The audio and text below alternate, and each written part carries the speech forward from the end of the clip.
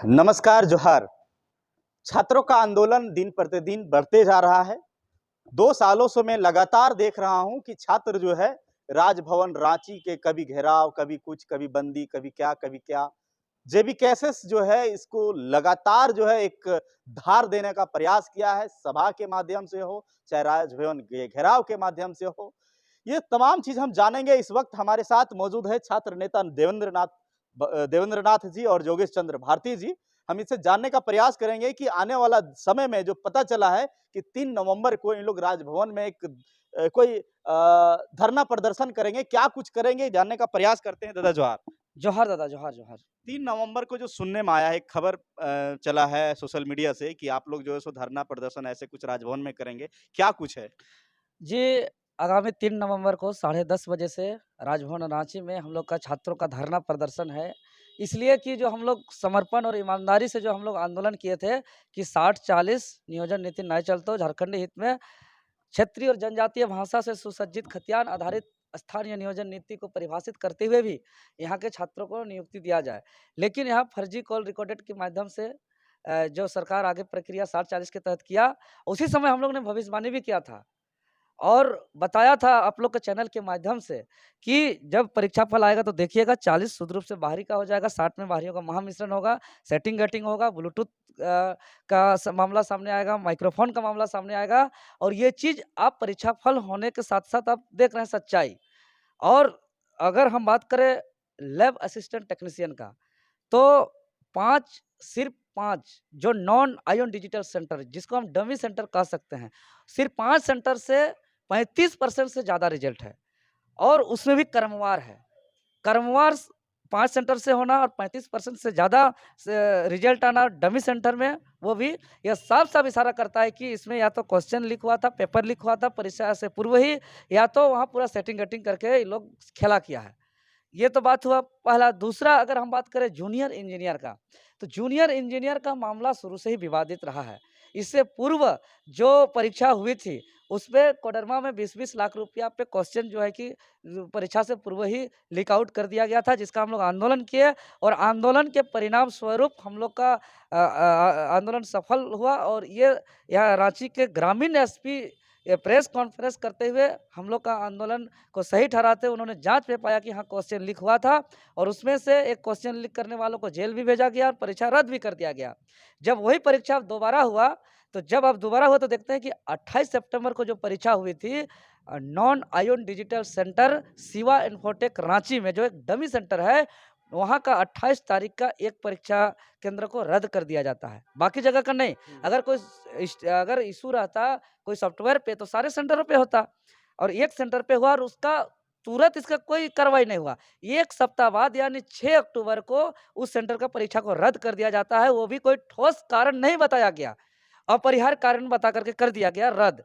तो इतना बड़ा मामला हमेशा जी, से जी। विवादित जी। और कोई आज ठोस कारण नहीं बताया, तो आज हम जांच की मांग को लेकर के, चूंकि छात्र परेशान है, बाहरियों को नौकरी बेचा जा रहा है, यहाँ सेटिंग गेटिंग हो रहा है, यहाँ के खनिज संपदा जल जंगल जमीन को जो है कि बाहर के हवाले बेचा जा रहा है, इसलिए हम लोग ने आगामी 3 नवंबर को राजभवन में छात्र का धरना प्रदर्शन कर रहे हैं, जिसपे हम लोग जवाब मांगेंगे कि भाई आप ठोस कारण बताइए। अगर अंदर खाने से, आयोग का अंदर खाने से मालूम चल रहा है कि कुछ छात्र चीट पुर्जा लेके गए थे, तो उस पे कहाँ एफआईआर हुआ, कौन थाना पे हुआ, क्या धारा लगा, क्या सेक्शन लगा, इसका कोई सार्वजनिक नहीं हो रहा है, सब अंधकार पे रखा जा रहा है और आयोग अपने मनमानी से काम कर रहा है। इसीलिए आप छात्र शुरू से ही हम लोग दृढ़ संकल्पित हैं, बाल भी नहीं कटाए 60-40 नहीं चलता आंदोलन सफल नहीं हुआ था बोल के, और अभी भी दृढ़ संकल्पित हैं। और ये पुलिस रिकॉर्ड कहता है कि झारखंड आंदोलन के बाद 23 साल का झारखंड में सबसे बड़ा आंदोलन हुआ है, तो छात्र का आंदोलन हुआ है। और ये हम बयान पे नहीं बोल रहे हैं। अब 606 थाना का पुलिस रिपोर्ट दिखाइएगा,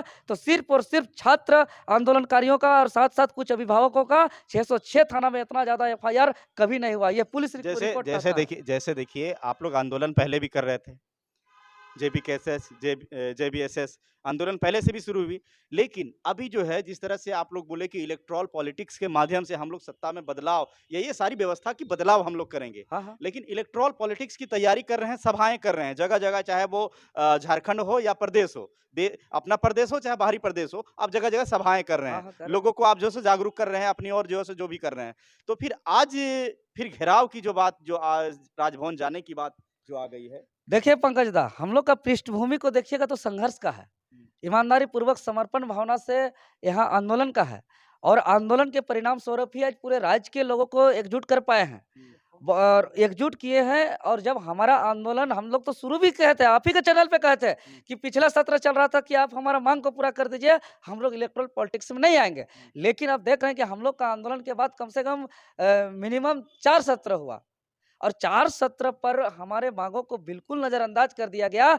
42 सत्ता पक्ष समेत 72 विधायक ने लिखित रूप से सील सिग्नेचर के साथ समर्थन दिया। उसके बावजूद यहाँ कहते हैं बाहर में समर्थन देते हैं सील सिग्नेचर के साथ, लेकिन जब पॉलिसी बनाना होता है, कलम चलाना होता है विधानसभा के अंदर, तो मुँह को बंद कर देते हैं, कलम को रख देते हैं, वहाँ चलाते नहीं हैं।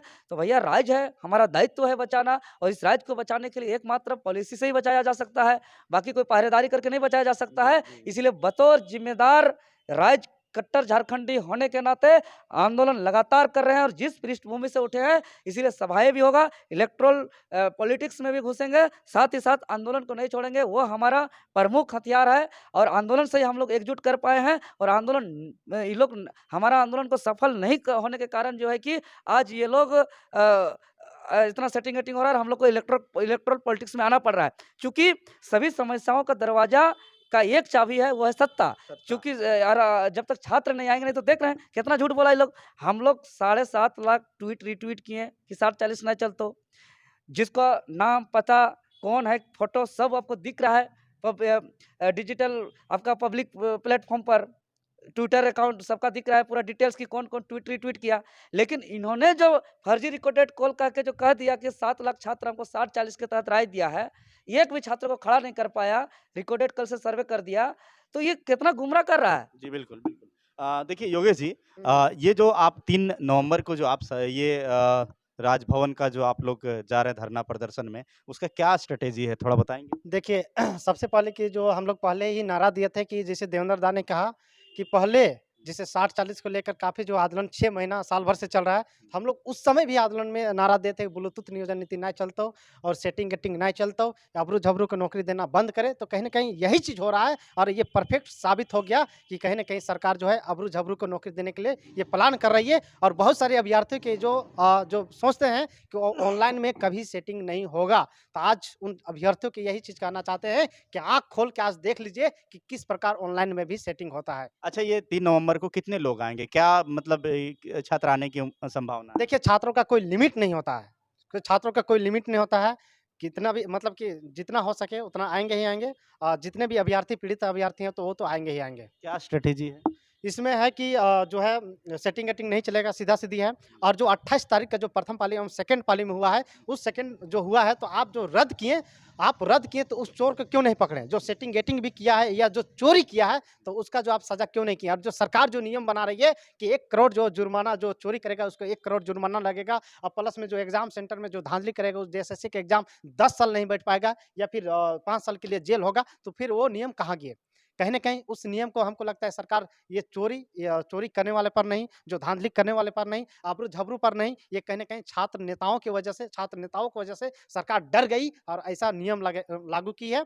लागू तो नहीं की है, लेकिन वो सरकार जो है काफ़ी न्यूज़पेपर में देखिए और मुख्यमंत्री साहब भी बोल रहे थे, तो कहीं न कहीं ये छात्र नेता हम लोग डरने वाले नहीं हैं और राज्य की इस दुर्दशा को और हम लोग पीड़ित और शोषित हैं, तो हम लोग ऐसा बर्दाश्त नहीं करेंगे, क्यों ना सरकार गोली मार दे। गोली मार दे, यानी बर्दाश्त नहीं करें। तो देखिए क्या है कि छात्र का जो गुस्सा है, वो दिन-ब-दिन बढ़ता जा रहा है झारखंड के स्थानीय छात्रों का, क्योंकि जिस तरह से सरकार सत्ता में आई थी और कही थी कि हम स्थानीय छात्रों को या स्थानीय लोगों को हम जो है सो प्रायोरिटी देंगे, उसको जो है 90-10 का नीतियों के अनुसार जो है नियोजन भी देंगे, लेकिन वो सब कुछ नहीं है, धरा का धरा रह गया है। जिस तरह से खबरें सामने निकल के आ रही है, जिस वजह से छात्र आक्रोशित है, चाहे वो लैब असिस्टेंट का हो, चाहे सीजीएल का हो, चाहे जेपीएससी का हो, एसएससी का हो, ये सभी चीजों में जो है देखा जा रहा है छात्र कहीं ना कहीं पूरे तरह से आक्रोशित है, एकदम उपेक्षित अपने आप को महसूस कर रहे हैं, जिसके वजह से आज छात्र जब सदन में ना जाके वो जब रोड पे आ जाएंगे तो बताइए झारखंड प्रदेश का क्या हाल होगा। और यही हाल अभी हो गया है। ये बहुत बड़ा हास्यप्रद बात होती है कि छात्रों को अब रोड पे आना पड़ रहा है। जिन छात्रों के हाथ में कलम होनी चाहिए, जिन छात्रों के हाथ में किताबें होनी चाहिए, जिन छात्रों के हाथ में जिन छात्रों को तैयारी में लीन होना चाहिए, वो छात्र आंदोलन के लिए राजभवन की घेराव करेंगे। ये तो बड़ा दुर्भाग्य की बात है कि आखिर में क्या कुछ कहते हैं और क्या कुछ आप बोलते हैं। बाकी समय आने पे ही पता चलेगा कि क्या कुछ आगे होता है और जेबी केसेस जो है 2024 में क्या बदलाव कर पाती है। और राजभवन 3 नवंबर को राजभवन की तैयारी को लेके देवेंद्र नाथ महतो या फिर जोगेश चंद्र भारती जी या फिर जो भी छात्र नेता जो भी है, उन लोगों की तैयारी को लेके आपका क्या विचार है, आप कमेंट सेक्शन में जरूर बताइएगा। तब तक मिलते हैं। दिस इज आजाद पंकज कुशवाहा को जय हिंद जोहार।